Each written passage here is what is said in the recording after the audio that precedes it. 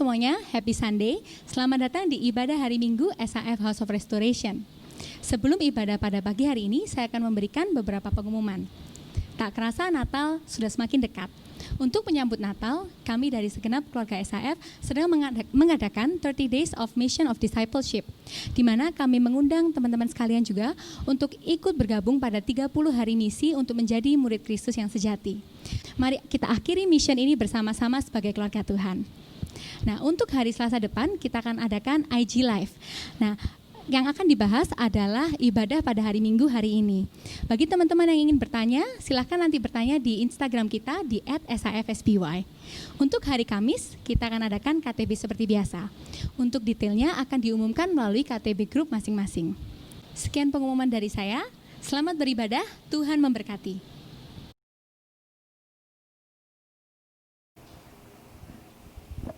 Shalom semuanya. Di pagi hari ini kita bersama dikumpulkan untuk memuliakan nama Tuhan dan untuk mendengarkan firman-Nya. Mari sebelum kita masuk ke hadirat-Nya, kita mau berdoa dulu. Bapa, kami mengucap syukur Tuhan atas kesehatan yang Kau berikan Tuhan, atas lawatan Tuhan yang selalu Kau berikan kepada kami. Engkau yang selalu menyertai kami Tuhan dalam hari-hari kami, kegiatan kami Tuhan. Terima kasih Bapa, di pagi hari ini Tuhan kami mau Tuhan memuliakan dan memuji nama-Mu. Dan juga kami mau Tuhan fokus mendengarkan firman-Mu. Bawa kami Tuhan untuk mendengarkan firman-Mu dengan hati yang sungguh Tuhan. Terima kasih Tuhan, terima kasih. Hanya di dalam nama-Mu Yesus kami mengucap syukur dan berdoa. Amin.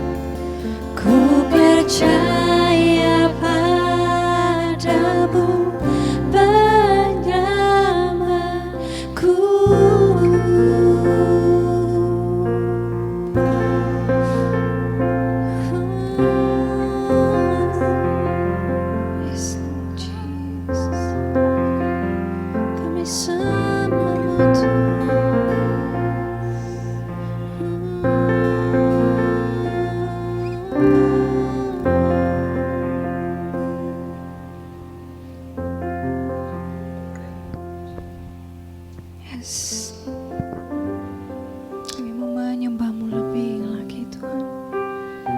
Bersama-Mu Yesus Tuhan, karena Engkau sungguh ajaib. Mari kita imani lagu ini. Mari kita resapi lagu ini. I will worship You.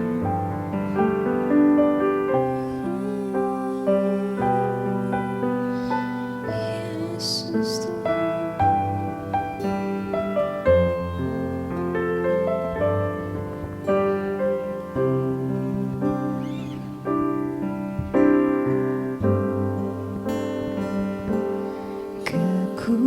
Kekuatan di hidupku, ku dapat dalam Yesus. Dia tak pernah tinggalkanku, setia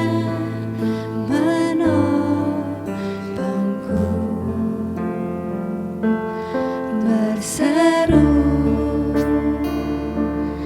berharap dalam Yesus. Kau sungguh ajaib Tuhan. Yes.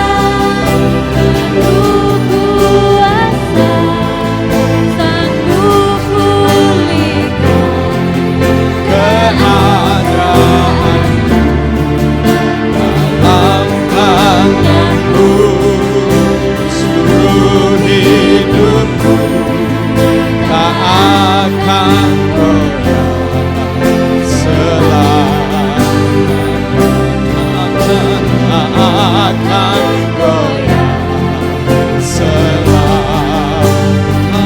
akan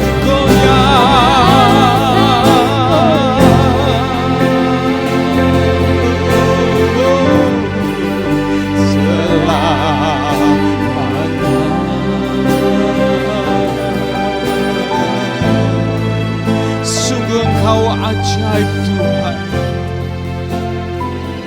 Engkau Allah yang luar biasa. Ajar kami untuk bisa mengerti, mengalami keajaiban-Mu ya Tuhan. Musim berganti dengan musim, tetapi kesetiaan-Mu itu tetap sama ya Tuhan. Kesetiaan-Mu itu juga adalah keajaiban. Melaluinya kami menjadi tenang bersama dengan Engkau ya Tuhan. Hanya dekat Allah saja kami tenang ya Tuhan. Terima kasih ya Tuhan, kami mengucap syukur pagi hari ini ya Tuhan. Buat semua yang Tuhan izinkan terjadi dalam hidup kami. Ajar kami untuk hidup lebih dekat dengan Engkau. Sebab hanya dekat Allah saja kami akan tenang Tuhan. Terima kasih Tuhan. Kami mau meminta supaya Tuhan berbicara kepada kami melalui kebenaran firman-Mu. Dan Engkau menolong kami ya Tuhan untuk siap mendengarkan firman Tuhan. Demi nama Yesus Kristus kami bersyukur dan berdoa. Amin. Amin. Puji Tuhan. Shalom saudara-saudara, selamat pagi saya ucapkan kepada kita semuanya. Saya berdoa dan berharap saudara semua ada di dalam keadaan yang sehat dan tetap ada di dalam semangat bersyukur dan berharap yang terbaik dari Tuhan. Saudara-saudara, kita banyak mendengar kabar-kabar yang membuat hati kita menjadi kecut, menjadi kecil dengan apa yang terjadi. Tetapi saudara-saudara, saya dan saudara-saudara, kita punya pengharapan hidup yang kekal. Dan sementara saudara dan saya diberikan kesempatan untuk hidup di dunia, bernafas, pakai kesempatan itu untuk sungguh-sungguh memenuhi, menggenapi rencana Tuhan di dalam hidup saya dan saudara-saudara. Amin, saudara-saudara. Saudaraku, pagi hari ini masih di dalam satu seri bulan Desember, The First Christmas, Natal yang pertama. Kita masuk seri yang kedua, yaitu The Approachable God. Yaitu Allah yang dapat didekati, Allah yang mau didekati, bukan Allah yang jauh, Allah yang tidak mau didekati, tetapi Allah adalah Allah yang mau dekat dengan setiap saudara dan saya. Saudara-saudaraku, ada beberapa pertanyaan yang saya ingin tanyakan. Saudara-saudara, menurut saudara-saudara, apakah saudara mau hubunganmu dengan Tuhan itu dekat atau jauh? Apakah Anda ingin memiliki hubungan yang dekat atau jauh? Yang kedua, menurut Anda, apakah Tuhan menginginkan hubungan yang dekat atau jauh dengan Anda? Kalau tadi dari kita, lalu yang kedua dari Tuhan. Lalu yang berikutnya, apakah dekat dan jauhnya hubungan kita dengan Tuhan itu penting? Dan yang keempat, apakah ada perbedaan antara orang yang mempunyai hubungan yang dekat dengan Tuhan dengan orang yang jauh dari Tuhan? Saudara-saudaraku, kita akan mencoba menjawab pertanyaan-pertanyaan walaupun mungkin tidak satu persatu secara detail, tetapi saya mau mengajak kita merenungkan peristiwa Natal dan jawaban dari apa yang menjadi pertanyaan yang saya tanyakan tadi itu bisa kita temukan di dalam peristiwa Natal, saudara-saudaraku. Saudaraku, bahwa dosa Ada dua hal yang saya ingin sampaikan pagi hari ini. Yang pertama itu dosa memisahkan hubungan antara Allah dan manusia. Saudara, ketika saya menyampaikan ini buat saudara mungkin, oh iya itu klise. Saya sudah tahu bahwa dosa itu memisahkan hubungan antara Allah dengan manusia. Tetapi saudara-saudara, saya ingin mengajak kita untuk benar-benar memperhatikan, karena inilah yang seringkali menjadi masalah di dalam hubungan kita. Semua hubungan memang punya tantangan, punya potensi masalah. Hubungan dengan teman, hubungan dengan pasangan, hubungan dengan orang tua, hubungan dengan anak, hubungan dengan teman, hubungan dengan gereja, hubungan dengan orang yang di atas, dengan bos, dengan sesama pegawai dan lain sebagainya. Semua hidup kita ini itu melibatkan hubungan. Dan di dalam hubungan-hubungan itu, saudara-saudara, hubungan yang paling penting dan yang paling berpengaruh adalah hubungan dengan Tuhan. Mengapa? Karena kita melihat di dalam Alkitab, ketika manusia jatuh di dalam dosa, maka hubungannya, ketika Adam dan Hawa jatuh dalam dosa, maka suami istri hubungannya menjadi bermasalah. Maka kemudian ketika mereka diusir dari Taman Eden, maka Kain dan Habil sesama saudara, kakak dan adik bermasalah, saudaraku. Saudara, dosa itu memisahkan hubungan antara Allah dan manusia. Yesaya 59 ayat 1 dan 2 mengatakan demikian. Sesungguhnya tangan Tuhan tidak kurang panjang untuk menyelamatkan, dan pendengarannya tidak kurang tajam untuk mendengar. Tetapi yang merupakan pemisah antara kamu dan Allahmu ialah segala kejahatanmu, dan yang membuat dia menyembunyikan diri terhadap kamu sehingga ia tidak mendengar ialah segala dosamu. Saudaraku, dosa dikatakan itu menjadi pemisah antara kamu dan Allahmu. Dosa menjadi pemisah, dan kalau kita berbicara tentang dosa, maka saudaraku, kita berbicara tentang sejarah manusia yang bergumul dengan dosa dan membuat manusia kehilangan hubungan dengan Tuhan. Saudaraku, berbicara tentang dosa, apa sih dosa itu, saudaraku? Mazmur 32 ayat 5 menyebutkan ada beberapa istilah supaya kita mengerti ketika kita bicara tentang dosa. Mazmur 32 ayat 5 mengatakan, dosaku kuberitahukan kepadamu, dan kesalahanku tidaklah kusembunyikan. Aku berkata, aku akan mengaku kepada Tuhan pelanggaran-pelanggaranku, dan Engkau mengampuni kesalahan karena dosaku. Saudaraku, ada 3 kata kalau di dalam bahasa Indonesia, yaitu kata dosaku, kata kesalahanku, dan pelanggaranku. Kalau di dalam bahasa Inggris, my sin, my iniquity, dan my transgression. Ada 3 hal ini yang diungkapkan di dalam Mazmur. Kalau di dalam Yesaya pasal 59 tadi ada 2 hal yang diungkapkan, yaitu dosa dan kejahatan. Kata kejahatan yang dipakai di dalam Alkitab bahasa Indonesia itu berarti kesalahan atau iniquity.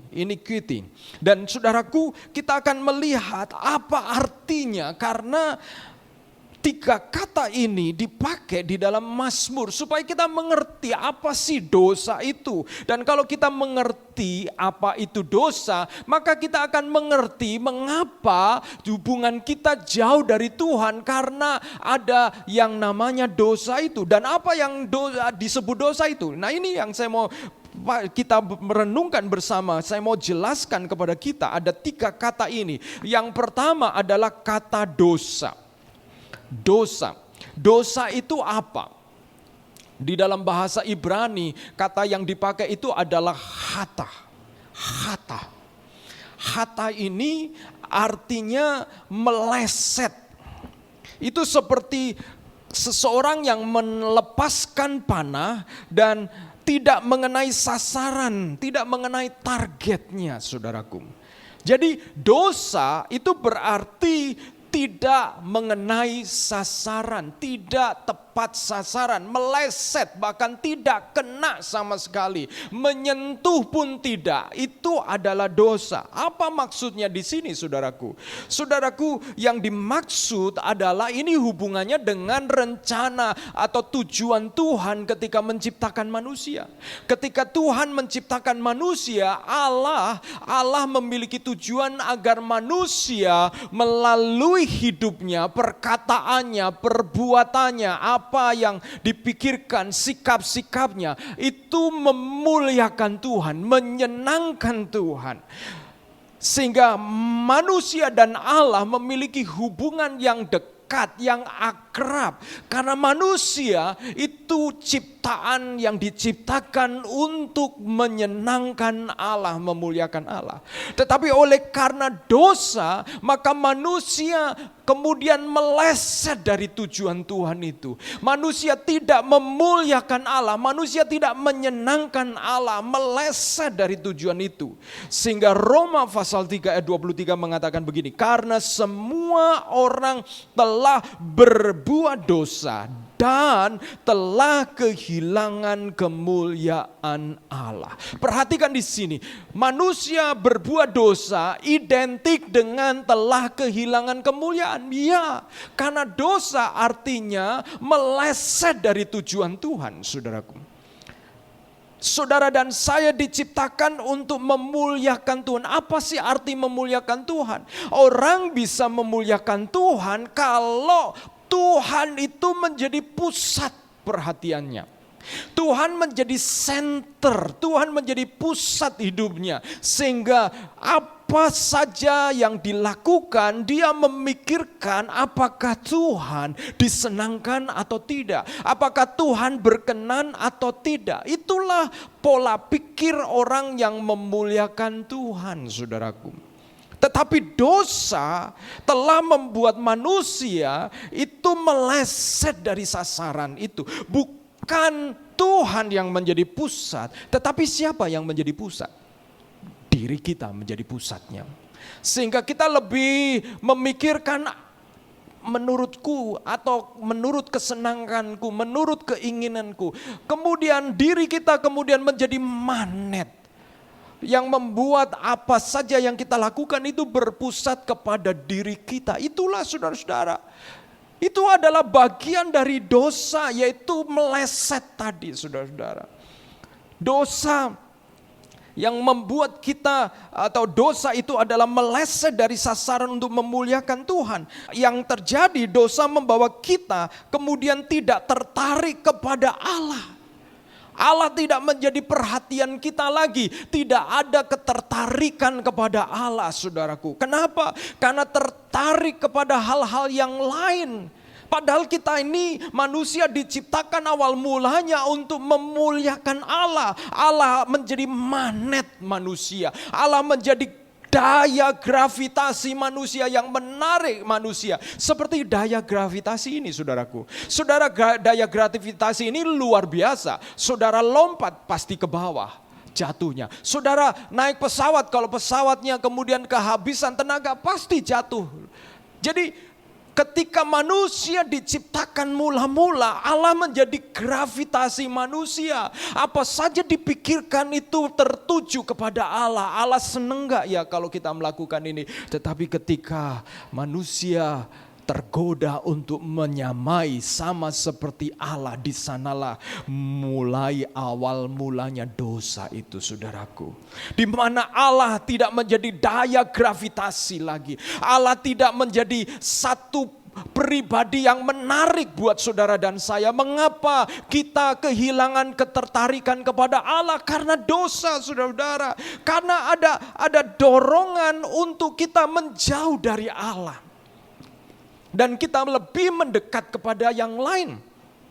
Mendekat kepada diri sendiri, mencintai diri sendiri melebihi semuanya, mencintai banyak hal yang kalau di dalam 1 Yohanes dikatakan bahwa keinginan dunia ini, yaitu keinginan daging, keinginan mata, saudara-saudara, apa saja yang kemudian menyebabkan kita tidak tertarik kepada Tuhan, itulah dampak dari dosa, yaitu kita meleset dari tujuan Tuhan untuk memuliakan Dia.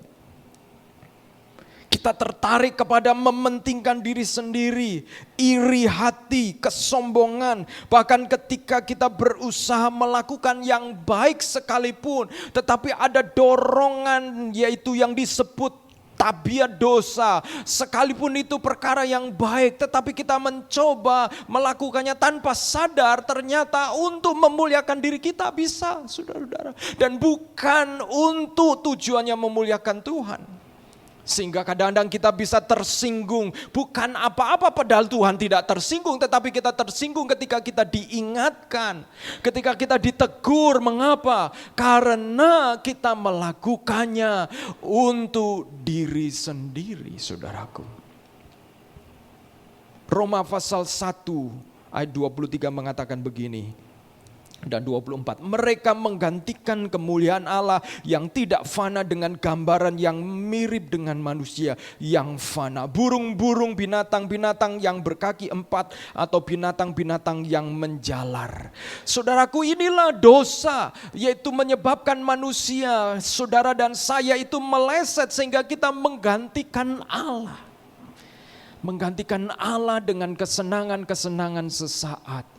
Menggantikan Allah dengan hal-hal yang sebenarnya itu tujuannya adalah kesenangan diri kita sendiri. Menggantikan Allah yang seharusnya menjadi daya gravitasi kita, yang membuat apa saja yang kita lakukan, manusia lakukan adalah untuk menyenangkan Tuhan, menjadi tidak seperti itu, saudaraku. Itu sebabnya, saudara-saudara, gereja bisa kemudian menjadi begitu sulit untuk disatukan karena tidak semua tertuju kepada menyenangkan Tuhan, saudaraku. Saudara, itu sebabnya ayat 24 Roma pasal 1 kemudian mengatakan, karena itu Allah menyerahkan mereka kepada keinginan hati mereka akan kecemaran, sehingga mereka saling mencemarkan tubuh mereka. Perhatikan, begitu Allah tidak menjadi pusat dari manusia, perhatian manusia, pusat untuk menyenangkan, yaitu Allah itu sendiri. Begitu manusia menggantikan Allah dengan hal-hal yang lain, maka berikutnya muncullah keinginan-keinginan akan kecemaran, keinginan-keinginan akan dosa, keinginan-keinginan akan lebih kotor lagi, saudaraku. Saudara-saudaraku, inilah yang terjadi, sehingga hukum gaya gravitasi dosa inilah yang menguasai manusia. Di dalam Roma pasal 7 ayat 18 mengatakan, saya tahu bahwa tidak ada sesuatu pun yang baik di dalam diri saya, yaitu di dalam tabiat saya sebagai manusia. Sebab ada keinginan pada saya untuk berbuat baik, tetapi saya tidak sanggup menjalankannya.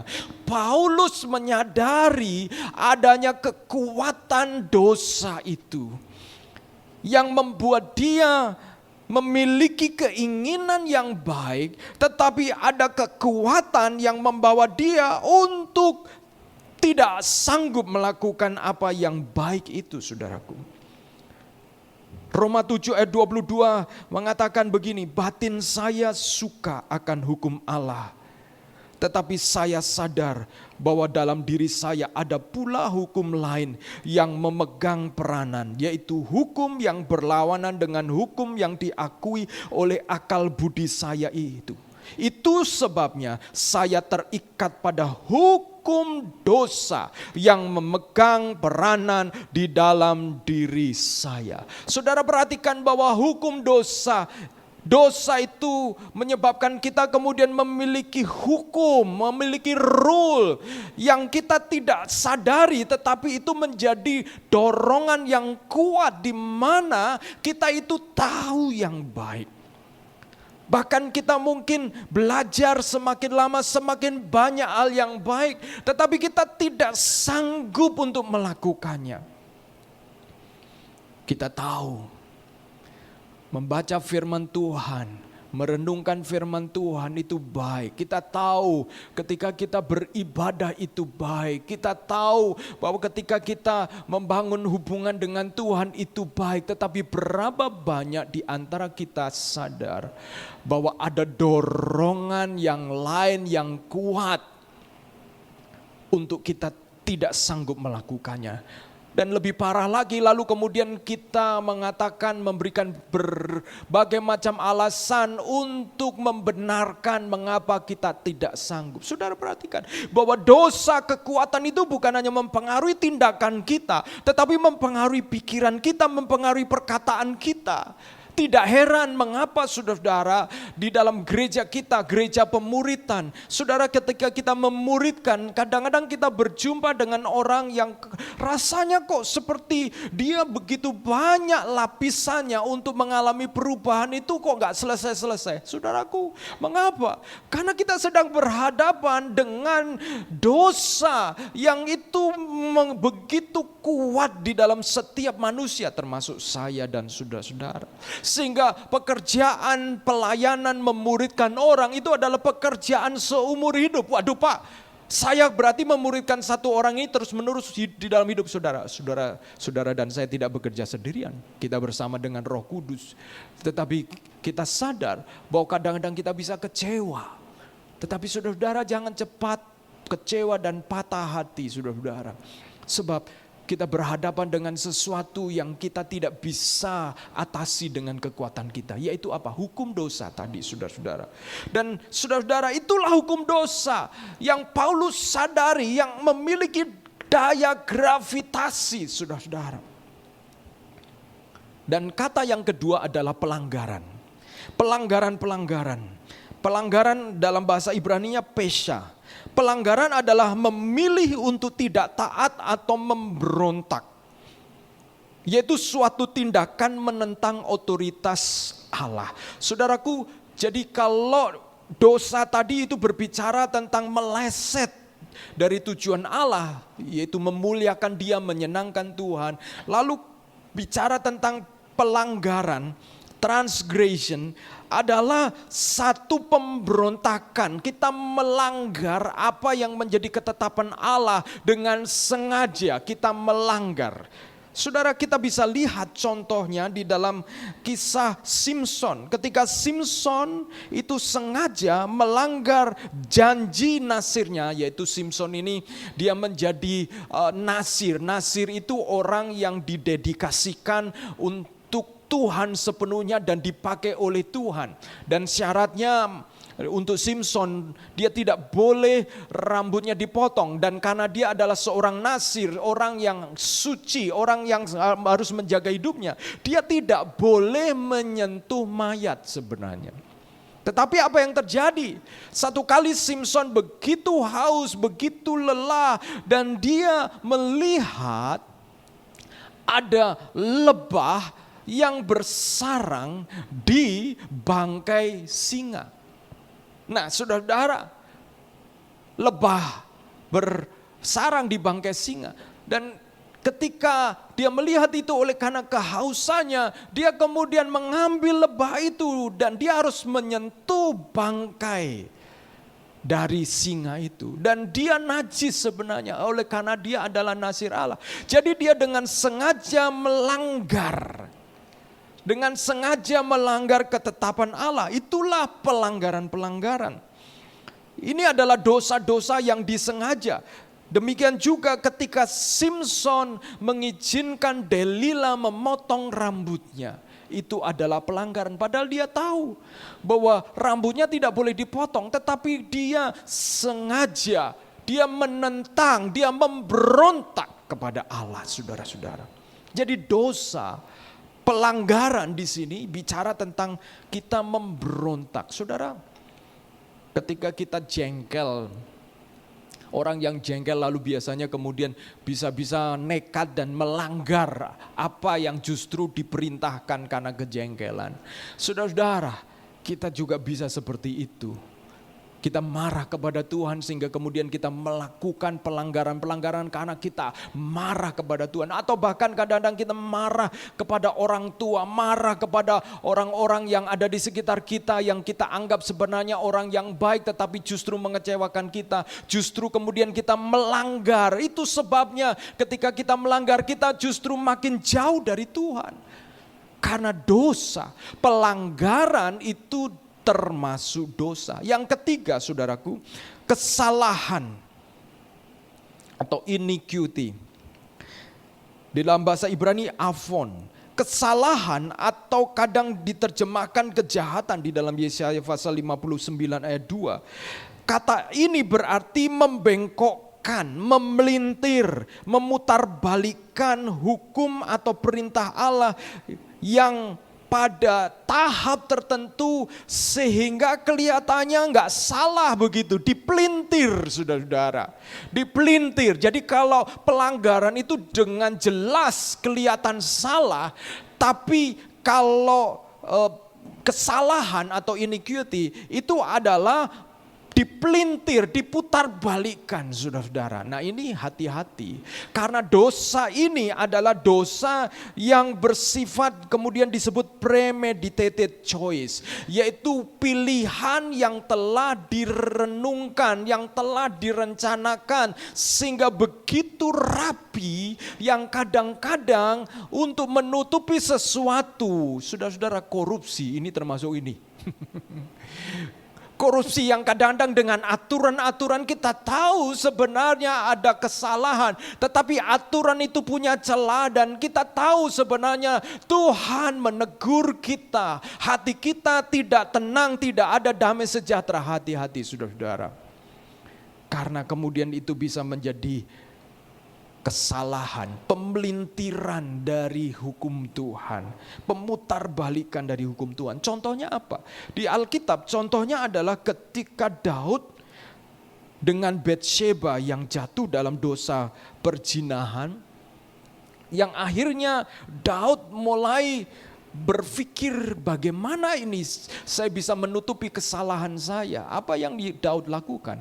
Daud kemudian memanggil Uria.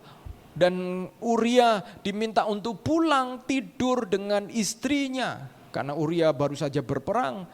Lalu diminta Uria tidur dengan istrinya. Tapi Uria tidak mau karena Uria merasa kalau teman-temanku bersama-sama ada di istana berjaga-jaga. Kenapa aku enak-enakan tidur dengan istriku.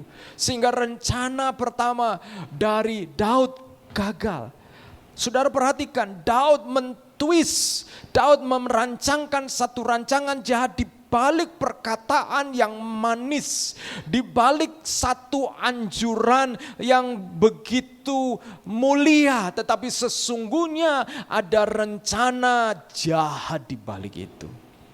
Dan bahkan pada akhirnya Daud kemudian merancangkan karena Uria tidak mau pulang dan tidur bersama dengan istrinya. Lalu Daud merancangkan untuk Uria akhirnya mati di medan perang. Saudaraku, dan luar biasa ketika ditegur oleh Nabi Nathan, Daud tidak merasa. Nah ini saudaraku, bahaya dari dosa yang disebut kesalahan ini, yaitu seringkali kita ini sudah kebal. Kenapa Daud tidak merasa kesalahan itu? Karena dia sudah merenungkannya, sudah memikirkannya, dan sampai-sampai hati nuraninya menjadi tumpul. Itu bukan keputusan satu kali jadi, tetapi Daud memutuskan itu di dalam hatinya, dan itu muncul sampai ketika hati nuraninya mengatakan, Daud tidak boleh begitu harusnya. Kamu kan raja, kamu kan harus melindungi rakyatmu. Kenapa justru kamu memakan rakyatmu sendiri? Tetapi kemudian Daud karena menikmati dosa bersama dengan Batsheba, dan akhirnya dosa itu menimbulkan aib, dan aib itu rasanya harus ditutupi. Akhirnya Daud harus menutupi aibnya dan harus menyangkal hati nuraninya. Suara hati nuraninya harus disangkal dan dia harus menjadi tuli terhadap hati nuraninya. Saudara perhatikan bahwa ada dosa-dosa yang kita saja yang tahu. Dan orang bisa mengatakan perkara-perkara yang kelihatannya menghibur kita bahwa apa yang kita lakukan itu benar. Tetapi sesungguhnya kalau saudara orang percaya, ada Roh Kudus di dalam hatimu. Roh Kudus bisa berseru, berbisik kepadamu bahwa itu adalah kesalahan, saudaraku. Dan itulah sebabnya dosa ini menyebabkan lama-lama kita memiliki hubungan yang dingin dengan Tuhan. Bukan hanya itu saja, seringkali karena kita kecewa dengan diri sendiri yang menyebabkan kita kemudian tidak suka, tetapi kita terjebak di dalamnya pada saat yang sama. Akibatnya apa? Kita kemudian menjadi kejam, saudara-saudara. Jadi kita menjadi kurang berbelas kasihan, kurang berkemurahan, kita menjadi sangat kejam, sangat bengis. Seolah-olah kita benar-benar menarik kebenaran yang tegas, tetapi tanpa kasih. Mengapa? Karena sebenarnya kita sendiri bergumul dengan dosa. Itu sebabnya yang ditegur oleh Tuhan Yesus dari orang Farisi. Engkau menaruh beban yang kamu sendiri tidak kuat memikulnya. Mereka menarik garis yang sangat ketat. Mengapa? Karena mereka sendiri menyadari bahwa mereka mungkin mencuri-curi untuk batal, mencuri-curi untuk kompromi, saudara-saudara. Sehingga kekecewaan kepada diri sendiri itu diekspresikan dengan begitu keras, saudara-saudara. Ini saudara bisa terjadi. Ada orang yang khotbah tentang berzina begini begitu keras. Ternyata apa? Ternyata dia hidup di dalam perzinahan. Itu bisa menjadi seperti begitu. Kenapa? Karena dosa itu, dosa yang seperti ini adalah karena twist, karena memelintir kebenaran. Dan begitu kita memelintir kebenaran, berulang memutarbalikkan kebenaran, sehingga kita ini kemudian tidak tahu lagi bagaimana mengatasinya. Tapi puji Tuhan, saudaraku, Allah datang untuk memulihkan hubungan yang rusak ini melalui Natal. Allah memulihkan hubungan melalui Natal di tengah kegelapan manusia, di mana manusia dibutakan dan hubungan dengan Allah telah rusak. Maka ada terang yang datang, terang itu terbit, saudaraku. Sebagaimana kalau tadi Yesaya 59 bicara tentang bahwa dosamu yang menyebabkan pemisah, dan sepanjang Yesaya 59 Allah bicara tentang berbagai macam dosa yang luar biasa. Allah mengatakan kamu ini seperti ular beludak dan kamu menghasilkan telur-telur ular beludak beracun, saudara-saudara. Luar biasa. Orang Israel dikenal seperti itu, dikatakan seperti itu. Tapi kemudian pasal 60 Yesaya, kemudian ada satu kabar sukacita yang mengatakan Yesaya 60 ayat 1 dan 2. Bangkitlah menjadi teranglah, sebab terangmu datang dan kemuliaan Tuhan terbit atasmu. Sebab sesungguhnya kegelapan menutupi bumi dan kekelaman menutupi bangsa-bangsa. Tetapi terang Tuhan terbit atasmu dan kemuliaannya menjadi nyata atasmu. Saudara-saudaraku, Yesaya menubuatkan akan ada terang yang terbit atasmu. Ada terang yang menerangi kegelapan. Saudaraku, siapa terang itu, saudaraku? Yohanes pasal 1 ayat 9 mengatakan begini. Terang yang sesungguhnya yang menerangi setiap orang sedang datang ke dalam dunia. Yaitu ayat 14, firman itu telah menjadi manusia dan diam di antara kita, dan kita telah melihat kemuliaannya, yaitu kemuliaan yang diberikan kepadanya sebagai anak tunggal Bapa, penuh kasih karunia dan kebenaran. Terang itu sesungguhnya telah datang menerangi saudara dan saya, yaitu Kristus, saudara-saudara. Kristus ketika dia menjadi manusia dari firman menjadi daging, terang itu berada bersama saudara dan saya. Saudara-saudara, Allah yang besar menjadi daging seperti saya dan saudara-saudara. Oh, luar biasa saudara-saudara. Satu kabar sukacita luar biasa. Kita punya pengharapan dan Kristus itu adalah terang. Melalui Kristus dosa kita diterangi. Melalui Kristus Paulus menyadari ada satu gravitasi, gaya gravitasi dosa yang menyebabkan dia ketika di dalam Taurat Tuhan tahu yang baik, ingin melakukan yang baik, tetapi justru yang jahat yang dia lakukan. Terang Kristus menyadarkan dia, menerangi hidupnya. Hubungan antara manusia dan Allah yang gelap itu diterangi oleh Kristus.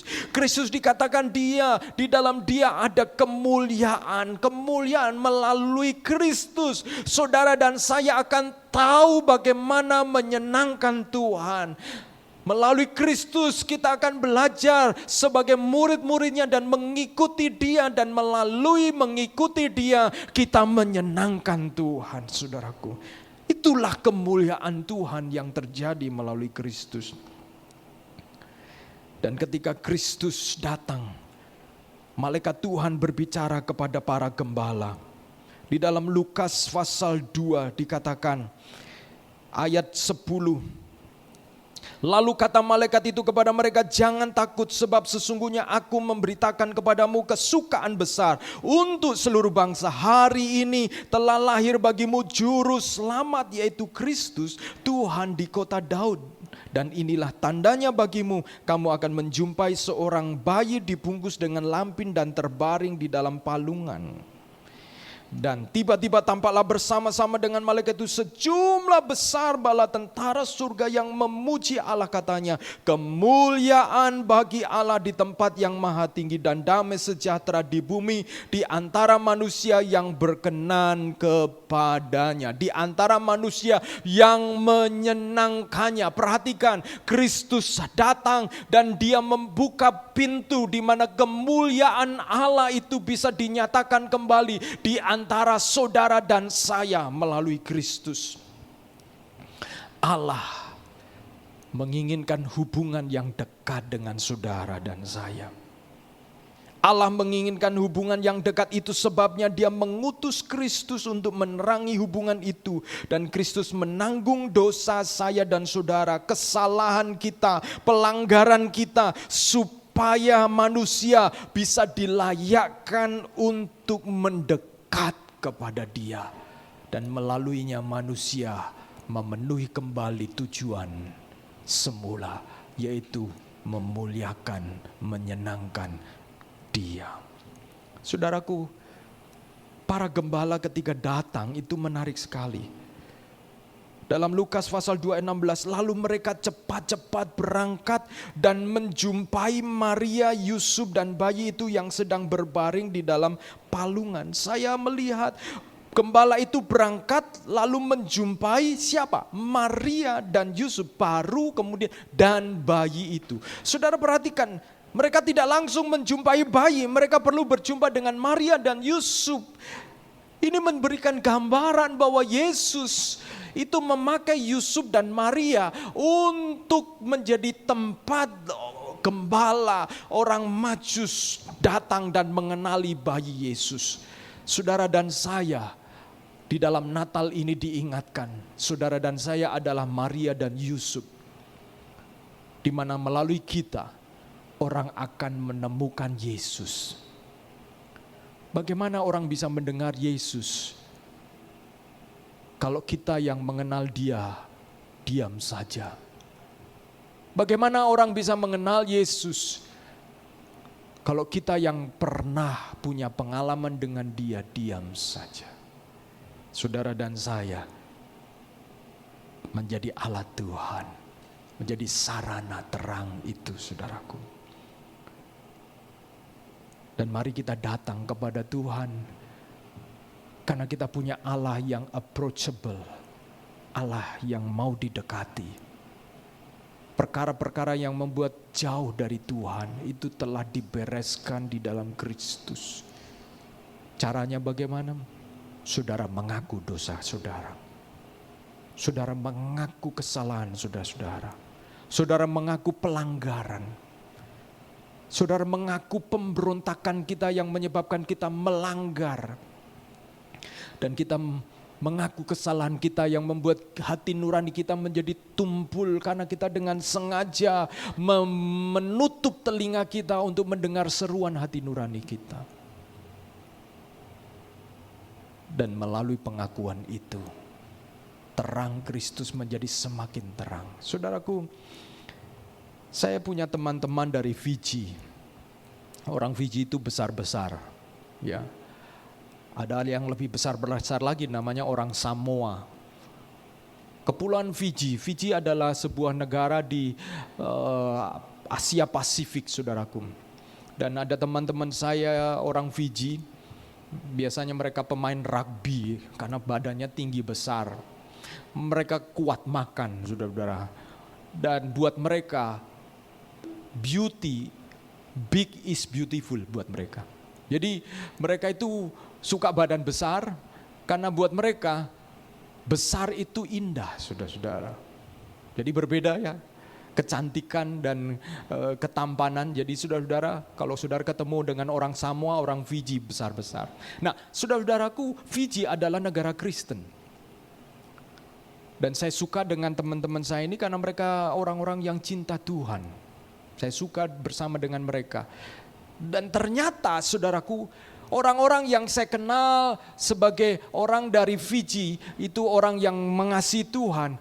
Saudara-saudara, ternyata dulu orang Fiji itu dikenal sebagai kanibal. Suka makan orang, saudara-saudara. Bahkan mereka telah hidup, kanibalisme itu telah hidup 2.500 tahun mereka hidup dengan budaya kanibalisme itu, saudara-saudara. Di dalam pikiran mereka suka membunuh musuh mereka, karena ketika mereka membunuh dan memakan musuh mereka, maka kepintaran, kemampuan, kekuatan dari musuh mereka itu mereka serap, itu yang mereka yakini. Sehingga saudara-saudara, ada satu kepala suku yang dikenal paling makan banyak orang. Dan tiap kali dia membunuh dan memakan orang, itu dia taruh batu sebagai tandanya. Dan ditemukan ada 800 batu, berarti ada 800 nyawa dia telah makan, saudara-saudaraku. Dan jadi di Fiji kanibalisme itu luar biasa, itu sebuah budaya, sesuatu, bahkan mereka itu punya garpu khusus untuk bisa makan memisahkan tulang, itu garpu dari kayu, dan mereka punya kapa dari kayu untuk memenggal kepala orang, saudara-saudaraku. Jadi ketika berbicara tentang orang Fiji, yang tergambar adalah orang yang kanibal, orang yang suka makan orang lain. Kalau mereka bermusuhan, maka kemungkinan, apalagi kalau mereka kepala suku, mereka punya kekuatan untuk menangkap. Dan saudara-saudara, apa yang terjadi? Kemudian para misioneri, utusan gereja itu pergi ke Fiji. Mereka memberitakan Injil di Fiji, saudaraku. Dan mulai perlahan-lahan orang-orang Fiji mengenal Tuhan. Mengenal Tuhan yang menciptakan manusia. Yang tadinya orang Fiji adalah karena dosa, kecenderungan mereka untuk mengecewakan Tuhan, bahkan mendukakan Tuhan. Tetapi melalui Injil, orang Fiji mulai belajar untuk mengampuni musuh mereka dan tidak memakan musuh mereka. Dan pada akhirnya apa yang terjadi, saudara? Mulai terjadi perubahan. Dan terakhir pada tahun sekitar 1867 itu ada satu misioneri, Thomas Baker namanya. Dia bersama dengan 7 orang Fiji yang telah dimuridkan itu ditangkap oleh kepala suku di sebuah tempat di pusat di Fiji. Dan apa yang terjadi? Thomas Baker kemudian dibunuh dan dimakan. Dia adalah korban kanibalisme orang kulit putih yang pertama dan yang terakhir. Mengapa? Karena sejak pembunuhan dan kanibalisme terhadap Thomas Baker, maka kemudian ada perubahan. Itu yang terakhir, tidak ada kanibalisme lagi. Dan tahun 2003 penduduk dari desa di mana mereka menyadari bahwa nenek moyang mereka telah membunuh Thomas Becker. Tahun 2003 mereka secara publik meminta ampun kepada keturunan dari Thomas Becker dan 7 dari murid yang lain ini yang telah dibunuh oleh nenek moyang mereka dan dimakan oleh nenek moyang mereka. Saudaraku, perhatikan kekuatan Injil terjadi luar biasa sehingga Fiji menjadi negara Kristen oleh karena Injil, oleh karena ada orang-orang yang menjadi terang, membawa terang di tengah kegelapan. Bagaimana dengan saudara dan saya? Kita tidak sampai ketemu kanibalisme. Tetapi saudara dan saya tetap punya panggilan untuk menjadi terang. Tuhan memilih saudara di tempat saudara-saudara untuk menjadi Yusuf dan Maria. Supaya orang Majus, para gembala, mereka bisa berjumpa dengan Tuhan melalui saudara dan saya. Mari kita datang kepada Tuhan. Dan kita bersama-sama merenungkan firman Tuhan ini. Dengan kita menyanyikan pujian ini, saudaraku. Mari kita menundukkan kepala dan kita merenungkan firman Tuhan.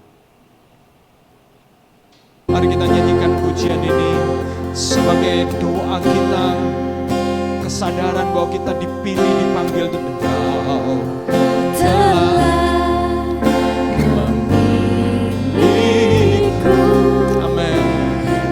Sebagaimana Tuhan telah memilih Maria untuk menjadi alatnya, demikian juga Tuhan memilih saya dan saudara-saudara untuk menjadi sarana berkat Tuhan, supaya gembala tidak merasa terhalang untuk mendekat kepada Tuhan.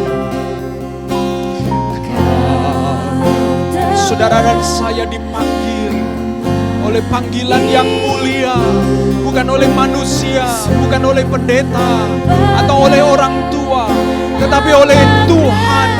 Dia yang mengerti rencana yang kekal.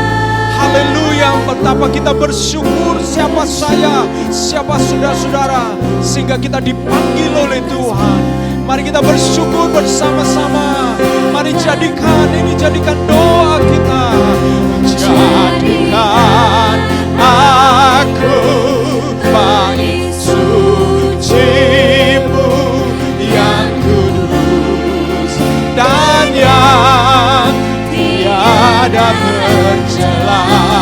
Jadikan aku mezbah doa-Mu bagi keselamatan. Amin. Oh, jadikan aku. Haleluya, haleluya. Oh, yang kudus, amin, yang kudus dan yang tiada tercela. Jadikan aku mezbah doa-Mu. Tubuh kita adalah mezbah, tubuh kita adalah bait-Nya. Amin. Bangsaku bagi keselamatan, bagi keselamatan bangsaku, bagi keselamatan